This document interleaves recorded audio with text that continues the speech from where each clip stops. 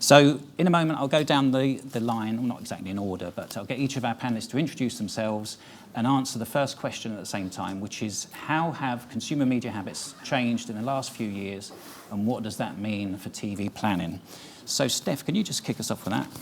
Yeah, hi everyone, I'm Steph Jansen. I'm Business Development Director for Finecast in the UK. So Finecast are an addressable TV company. We're part of WPP, and our proposition is to essentially combine the power of TV with the precision of data, and provide a single access point to the addressable TV ecosystem. I think in terms of TV, linear is still a huge part of a lot of the brands we work with campaigns. I think there's a general understanding that there is a decline in those audiences. So in terms of Enders saying we've gone from over 4 hours a day to just under 3 hours a day. For under 25 audiences, I think it was less than an hour, but there's also this kind of understanding that people are spending the same amount of time in front of the TV set. So the challenge is then, well, how do we kind of make up for some of that? And that's where kind of we come in by connecting a lot of the supply kind of outside of that. We have been running measurement studies for around 2 years. We have a product called Total TV Measurement, which essentially we partner with Audience Project to measure the holistic reach and frequency of the Finecast campaign. We then put that into TechEdge and combine that with Barb data to get an overall view of reach and frequency for the whole kind of TV ecosystem. And we generally see for a large-scale linear TV campaign, we'll add 3 to 5 points of incremental reach. If you go to young audiences, and by young I'm talking kind of under 45 audiences, then it might be 5 to 7 points you'll get on top of a scalable linear campaign. And because we've been doing this for 2 years, we're sitting on quite a lot of data that we can then pass to our agencies to inform their planning processes. So not just how much incremental reach did I add, but on what point of the linear reach curve was it optimal to add these other forms of TV to maximise the overall reach. Okay, thank you. And Nick? Hi everyone, I'm Nick. I'm Head of Media and Campaign Planning at Tesco.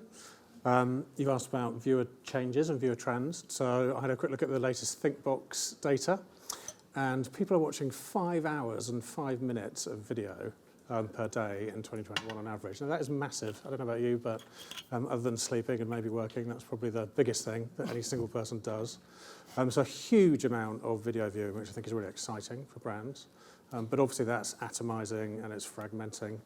So we're seeing a decline in share of TV content and an increase of online video. So with that comes some challenges in terms of understanding why unduplicated reach of video viewing. Some other interesting stats. So live TV. So live TV has declined. Viewing of live TV has declined by an hour in the last decade. So a decade ago it was 3 hours 30 minutes on average. It's now 2 hours 30. What does that mean in practice? So it means that our Christmas TV campaign last year reached 11% less people on live TV than it did in 2017. Did I make that lost viewing up through other channels? I don't know. I don't know in entirety because it's quite hard to judge because there isn't a system yet in place that allows me to do that fully. I can give a point of view. But what I think is really interesting is the huge polarisation of behaviour. So there's one stat within the ThinkBox research which I thought was fascinating. So 10 million people in the UK are exposed to more than 500 live ads per week. 9 million people are exposed to no live ads per week. So what does that mean for us? It means that managing frequency and managing reach and understanding how we deliver the right amount of effective media across these different channels is very difficult. Okay, and just quickly, you said you can give a point of view on whether you made up that reach. What is that point of view? I think we probably did. There's some great news that the broadcasters, for example, are launching new products such as C-Flight, which will allow us to understand TV and VOD and how that works together.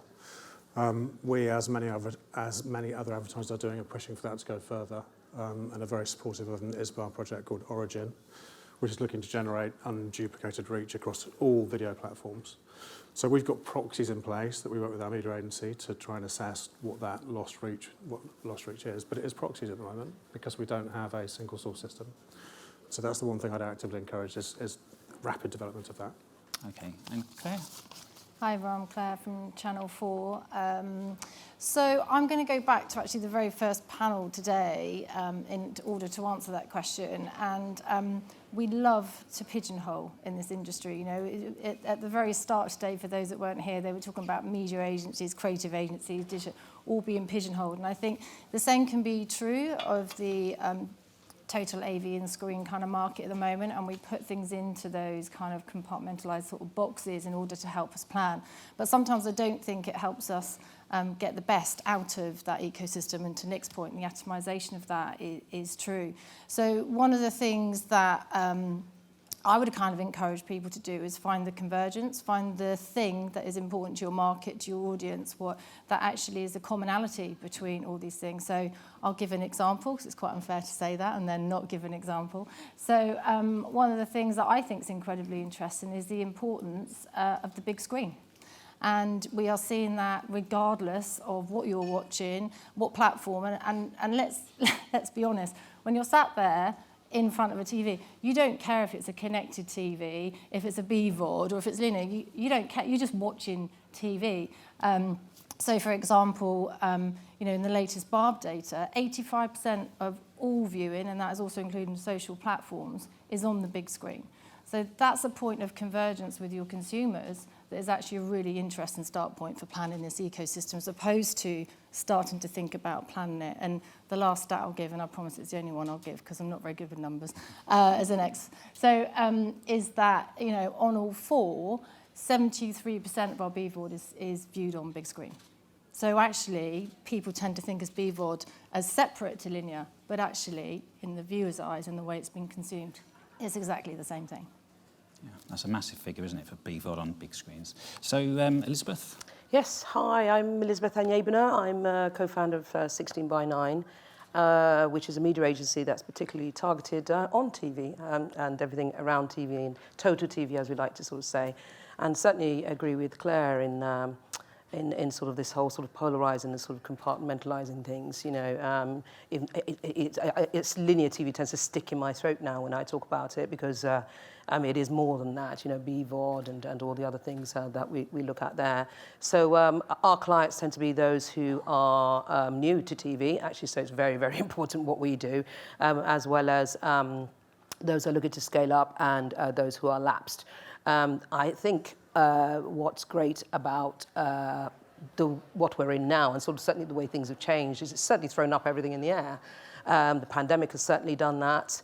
And I would make a point, I say that, you know, we kind of look at, you know, comparing, say, year on year, and we look back to 2019, say, for example, and even the viewing habits in 2019 is different to how they are now. So to some degree, we're kind of like in this sort of strange but exciting place. What we have to do is look at what broadcast TV does particularly well, which is the mass and the scale, and then pulling the digital side of things, which is particularly one-to-one targeting, you know, and deliver or try and look at how we can, I guess, get the most by way of effectiveness, really, for our clients. We use the likes of TV Squared, say, for example, to do that when we're tracking things. Yeah, that's pretty much where we are. Do your clients assume that when they go onto the digital side, it's going to be targeted? Or do any of them use it just as a pure, you know, send the same thing to everyone, but just to get more reach? Yeah, absolutely. Yeah, they do. I mean, we sometimes do have a bit of the challenge where they think it's that uber targeted and it's not quite there. So bring on C-Flight for us to be able to at least, you know, buy it in a way that we can kind of, you know, explain it to them. Ultimately, we like to really strip it back. I mean, I've come from broadcast world, actually. So I'm very much still believe content is king. I think that creativity shouldn't be lost when we're getting caught up in the science of it all. You know, the data, we want to basically optimize the hell out of TV and everything that kind of goes with it, but not to the detriment of creativity and being contextual. So I'm very much, we are very much of that ilk. Yeah, we do have that challenge sometimes of, the digital first, I guess, kind of brand who's very, used to uber, day-to-day reporting, measurement and optimizing to the way broadcast TV works, which is broad scale, take your time, build, and ultimately get the result that we know TV gets. Okay. And in terms of recalibrating campaigns once they're out there and once they're live, I mean, Claire, you introduced all 4 private marketplace. I mean, is that a classic example of how digital is where you can put your foot on the gas and take it off? If you're not achieving what you want on linear, you can add a bit more or take it off? Yeah, so we launched, so just for those that aren't aware, we launched Private Marketplace last year in collaboration with the Trade Desk. And ultimately what it does is it allows advertisers and agencies to buy via demand-side platforms and to apply some of that agility that you see in the digital environment to, like I say, a bigger screen, essentially, in most parts. I think what's really interesting about it is that it allows you to kind of combine, it depends what your definition of optimization is. So for me, optimization actually is about a human truth, great planning, and then data and tech in order in you to be able to optimize. And I think often we think about optimization just about data and tech making those decisions, when actually I think the opportunity is to bring all those things together. So again, I'll give an example. One of our founding partners, Deliveroo, who use the platform, interestingly, what they did with it is they were able to turn their campaign on and off, and they based on weather patterns. When it's raining, people tend to stay in, can't be bothered to go out. And so what they did was they followed the weather patterns and they pulled their foot on and off the gas to enable them to change that regionally across the country to basically optimise that campaign. So I think that's a great example of optimisation. Whether it falls into the traditional bucket of optimisation, I'll let you decide.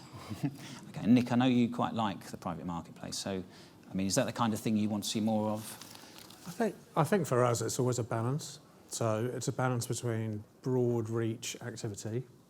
So at the end of the day, Tesco, 75% of the nation shop at Tesco every 12 weeks. So we have to reach a broad populace. And also we're trying to constantly feed our brand. So that broad reach is absolutely critical. But as is that balance. So as is that balance with broad reach and one to few, which things like the marketplace will offer. So how can we use either our first party data to segment and create really important audiences that might have a specific challenge or might have a specific help that they need from Tesco, and we can target them accordingly. But obviously the more you do that, the more expensive it becomes. So the challenge and the balance that we always have to look at is that balance between broad reach media and targeted media, but we definitely want both, yeah. Okay, is your main use of targeting today just for sort of local battlegrounds? I mean, this is like a sort of considered a classic sort of use case. That's definitely one case where we may use it, but we would also, so obviously we have Clubcard at our disposal. So Clubcard, there are 20 million households in the country that have Clubcard, which gives us amazing data.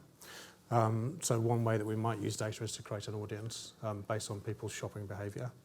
So I might target a lapsed buyer of a certain product, for example, and find out a way of reaching them on TV through partnership. So lots and lots of different ways of using data. It's not just about localisation. It's also about using this amazing asset we've got, which we can use, and also brands can partner with us to use as well, to target their customers accordingly. Okay, well, we'll dive into that in a bit more detail in a minute. But Steph, in the meantime, what can you do at Finecast to kind of help us to recalibrate and calibrate live campaigns and make sure we get the perfect total TV media mix, direct the next pound to the right place when we need it? I think, yeah, to Nick's point, we can kind of help on both fronts. So the reach element and optimising that reach I've kind of already touched on, but we worked with DLG out of Mediacom to Direct Line Group, that is, to look at a kind of quality weighted cost per reach point across different types of video, and then that can then input into their planning in terms of optimising reach across all the different forms of AV. Wavemaker, again, we've worked with something similar on like a quality weighted GRP. And we've even started looking, being part of an omni-channel optimization solution. So in a localized area, how can we weight or turn up and down our adjustable TV alongside other channels like digital out of home or display and video? So I think that part's obviously a big part in terms of optimizing the reach. And then, as Nick was saying, when you get down to things like loyalty card data, so we have access to that and we can use that for targeting. So particular kind of customer segment. So an alcohol brand, for example, we use that to target, people who are in the category but not necessarily buying the brand. And then also could use that data out the back end to measure. So we saw for that brand a 5% uplift in sales, a 3% uplift in customer base, and a growth in the share of the wine and spirits aisle. So it's kind of really combining those two things of the reach, but also the specific segments that brands want to go after. Okay. Well, while you mentioned the loyalty cards, Elizabeth, I know you're running campaigns at the moment where you use Club Card. I mean, what do brands want to do with that data then? Just give us some use cases. Yeah, we are using Club Card currently now. Actually, we've got Bon Maman that's using it, and it's really more, to be honest with you, for what we're using it for in this particular instance is insight. So yes, we've got the main campaign sort of running. It's a spot campaign. Bon Maman is one of those sort of brands that you have to describe the brand to know what it is, type thing. So of course there's a challenge there to actually get that up. However, so we've got sort of a brand campaign running, but we need to get some insight into it, which is where Club Card kind of comes in. So we're using it from almost like a bit of a, it's great to be able to sort of hone in on the particular audience that we're targeting. And then it's kind of like a research sort of model, really to kind of give us insight, tracking alongside what they're doing in retail, really to support there. So it isn't optimizing. It's optimizing, but not in a day-to-day. It's optimizing for the next sort of like, campaign and what can then be done in store overall in business sort of moving forward. That's kind of how we're using it through, obviously, Sky. Okay. Yeah. And Claire, I know you haven't said it yet, but I know you think that when we're talking about sort of perfect first-party data matches between your advertisers and your subscriber base, it's basically an extension of CRM. So can you just sort of explain that concept? Yeah, so I think one of the ways that people can get the most out of this ecosystem is to challenge the conventions of those channels. And I think TV can do pretty much everything from priming to promotion. We talk about it as a kind of a full spectrum now. So one of the things we did a couple of years ago was launch Brand Match at Channel 4, which is an opportunity to bring first-party data and ingest it into the All4 platform, all GDPR compliant, all of that stuff ticked, just to say. But what that allows you to do suddenly actually is recreate your customer base, and as I've just said, BVOD is 73% on a big screen, so essentially it's people watching on a big screen. And you can create exclusion audiences, so that means you can look for customers that look like your good customers and bring in introductory offers, for example, or from a CRM point of view, you might be wanting to tap into a loyal customer base, upweight your frequency with them or offer them something new. So, suddenly it's not about targeting and retargeting across different channels. Actually, it's about ingesting a kind of a principle of one channel into another and then looking at around what you can do. And so I think there are so many opportunities in that space when it comes to, being able to capture data, sampling, just to name a few. I think it's just about challenging those conventions slightly, and then looking for a good partner who's got something and testing it. Okay, and Steph, amongst all your sort of client agencies, what are they looking for from targeting? Is it to send their brand in front of the right audience and just lose waste, or is there a high degree of activation and an attempt to drive people down the funnel? Yeah, I think in terms of taking kind of digital data, whether that's kind of online transactional data or CRM data. We're currently kind of doing a proof of concept around search data as well. So how you take that to find those pockets of audience that are most relevant and you might want to drive frequency with. And often a lot of those pockets, they're high value, but they're hard to reach through traditional media channels. Is to kind of build out those those segments within the platform. And then crucially, like I was saying, is to be able to use that data to then close the loop and be able to say, well, how did this actually perform? So what was the benefit of employing that more targeted approach? Okay, and Nick, what can you do if you know someone's already seen an ad on TV? So when we get into the world of sort of, we know somebody's seen it already, and we want to also sort of amplify that and double down on it. I mean, do you have the ability to sort of, reach them in other places with the knowledge that they have seen the TV ad already? Yeah, it's a great question. You can do it within ecosystems. So, for example, Sky have a product called Sky Advance, which would allow you to understand if someone's seen live TV spot, VOD spot, and then target them through the app or through .com. I think Samba TV have the same. I think Samsung have the same. So definitely within closed ecosystems you can do it. Where it's quite difficult is looking at it in totality, I think, and understanding where that exposure might have happened. So that's probably the next step as a business, as an industry, that we need to look at, is how you can deliver that more. And what would you do with the knowledge? So even let's say you're in the Sky sort of walled garden, if you want to call it that. They've seen the linear ad. Would you give them a different ad, different creative? Exactly. So you might sequentially message them. You might give them very different creative. I love Claire's example of flipping it and thinking about TV as a CRM channel first. But I think to make that really, really work, you need to think about how your creative might change depending on the group that you're, in our instance, trying to help. We would also trying to help. So it's bound to work so much harder if you're creating messaging that is specific for that individual group, which is obviously quite expensive on TV. So that's probably the next challenge I'd throw at you, is then how do we then move that forward so it becomes as helpful as it possibly could be. Okay, Claire, I know that's one of your passions, isn't it? How you message people when you're retargeting, including in non-video digital. So I mean, what do you have to remember? What's the sort of the base mark? Well, I remember to not send the same message. That's for sure. You do need different creative.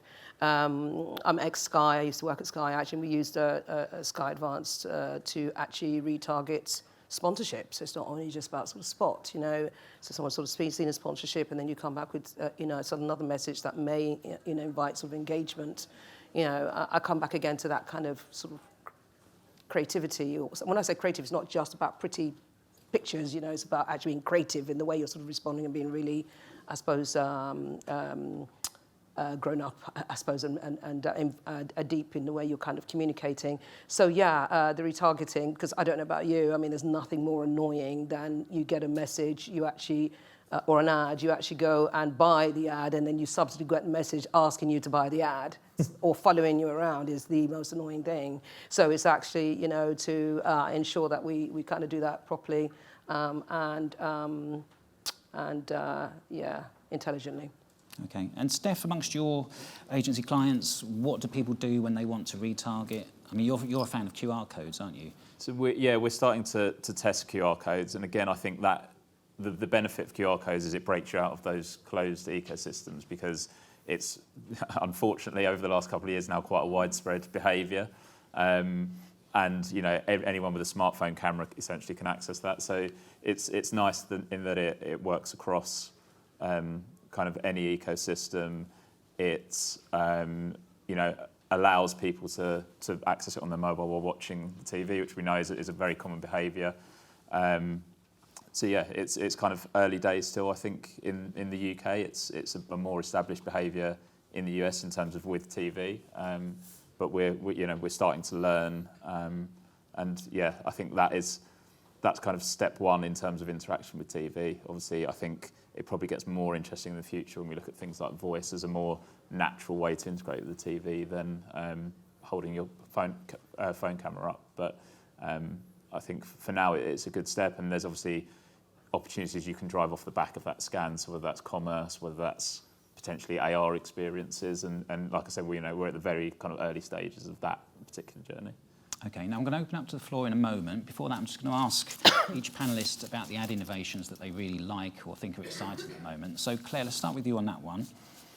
So I don't think it's been cracked yet, but the one thing I think is coming is the bringing together of Ecom and Brand, and I can't wait to see someone really, really crack it properly. I think the ability to sort of take the talent and the IP and the strength that you often, gets born and bred out of traditional TV, bring that to e-com and connect those dots between the two, a shop the show or whatever that might be. I think that's an incredibly exciting place for brands. And at least it gets rid of the measurement question around brand and performance, if nothing else. So yeah, that's one for me. Okay. Elizabeth? So I get really excited seeing QR codes on the weather programs. It's actually quite sad, Yeah, but I've got a couple of we've got a couple of travel clients, and of course we were certainly hit during the pandemic, and to be able to have the QR code within their ad drive, to their site, and then ultimately get them to consider and book, would be certainly incredibly useful. But again, it needs to be done properly, where you actually have the right kind of messaging, ensure that your logo's there and you're telling the person what to do. So yeah, the QR codes get me very excited. Okay, Nick, what excites you? A few things. So Sky launched something this year, Smart Sponsorship, I think it's called, where the same brand could sponsor the same show, but then adapts the credits accordingly, depending on what they knew about the audience in that particular house. I thought that was pretty cool. Really looking forward to the launch of ITVX in the autumn. I think as a streaming first, very viewer-led proposition, it sounds really interesting. But for me, what really excites me is what makes TV brilliant, to be honest, which is helping brands be culturally resonant. And that's increasingly difficult in a world where you don't get as many people viewing things together. So I really applaud stuff like Channel 4 did on The Joy of Black in September, which we partnered with them on, which I thought brought people together about a specific cause and allowed us to communicate a specific, authentic message. And I really applaud the broadcasters when they're thinking about, it felt like in the old days, it was a 3.5-minute ad break and that was it. Nowadays, there are so many creative partnerships that you can run with a different broadcaster, and that's what excites me, because whilst all the addressable stuff is great and it plays a role, the bigger role and the bigger win is the cultural resonance and trying to influence as many people as you possibly can in as emotive a way as possible. And Joy of Black, of course, you probably all know anyway, but that was where Channel 4 had a whole day dedicated to kind of black programming, black talent, and everyone in the ads had to be everyone in the ads, led by a black character. Yeah, it was 60 brands came together to support that initiative in the industry. It's amazing. Yeah. Actually, Claire, how did it do? Because I think you should shout out about that, a bit more. Actually, for those, the actual effect to your bottom line in the end. Yeah, I mean, the most important thing, I don't know, we haven't got a lot of time, but the most important thing actually for us is the viewership of the black community was 300% up on the day. Yeah. And that's what it was designed to do. Actually, it was actually designed for that community. And I sat glued to Twitter all day and saw the tweets rolling in. And really that was the success of it, is the fact that it delivered what it was supposed to do for that community. As did we. Yeah. Thanks. Okay, Steph, give us 45 seconds on your favourite new things that you're seeing out there. Yeah, I think as an addressable TV business, we'll continue to invest in kind of data and tech for targeting and measurement. I think there's opportunities on the connected TV set that we can explore. Like, we're saying sort of 5 hours a day, 70% of that on the TV set. There's a lot more outside of the 30-second spot that we can look at in terms of supply, environments, formats. And yeah, I think creativity is how we... we've used data really well to date for targeting and measurement, how we can do that kind of data-fueled, data-enabled, creative, whether that's things like QR code voice, personalised, and, driving into commerce experiences as well. So, yeah, plenty to get involved with. Great stuff. Okay, do we have any questions? We've got time for at least one. Everyone's hungry. Don't blame you. Yeah, it's lunchtime. Give you 10 more seconds and then we'll wrap up then and we'll all go off for lunch. Okay. I just have a quick question. Can you guys hear me? Okay, I don't know if it's open. Only just. So I'll speak up. I guess TV has become really interesting, and I think from that kind of limited medium in the past, it's now a kind of channel that's really versatile, and there's so much we can do. But with first-party data in particular, I think to your point, Claire, I think that was really interesting what you said, and how we can kind of chop and change and use different segments. And from kind of our perspective at Finecast, or it's Magda from Finecast, I think we started looking at kind of using first-party data or client CRM data in a slightly more kind of addressable way. So I'm just wondering maybe whether kind of it's on anybody's agenda. Perhaps Nick, if you wouldn't mind kind of answering that. So I think it's the question, how can brands use first-party data more, in essence? Yes, pretty much. So like from Finecast's perspective is basically we're kind of exploring using first-party data in addressable way, because personally I think it's quite powerful, taking clients' data, combining it with, with addressability, and then obviously kind of addressable creative as well that comes into it, and it gets really personal and relevant. Absolutely. I think it's definitely got a role to play. So let me give you one example. So we have a partnership with Sky Adsmart. So a brand could create an audience using Clubcard data. It's aggregated, it's anonymized, it's then matched through Experian, and then with the Sky Viewer panel, and then that brand can reach that audience through Sky Adsmart. And then we can show them the impact of that by using our purchase data. So absolutely, for certain brands, that's absolutely the right thing to do. But I would go back to my other point about the more you do that, the more expensive it becomes. So it's always the balance, isn't it, between what's the impact that has versus a broader reach, untargeted approach. Okay, Claire, if you could promise to do 30 seconds, you can have the last word on that one, what you can do for brands. The only thing I would say on that is if you don't have first-party data, not everyone has mass audiences like Tesco, is to take advantage of second-party data as well. And we've got partnership with Axiom, which means you can just recreate your segmentations and do a lot of the things that we've just discussed. So if you don't have it, don't worry. There's plenty of options out there. Okay, great stuff. All right, well, thank you very much, everybody. Thanks for our panellists.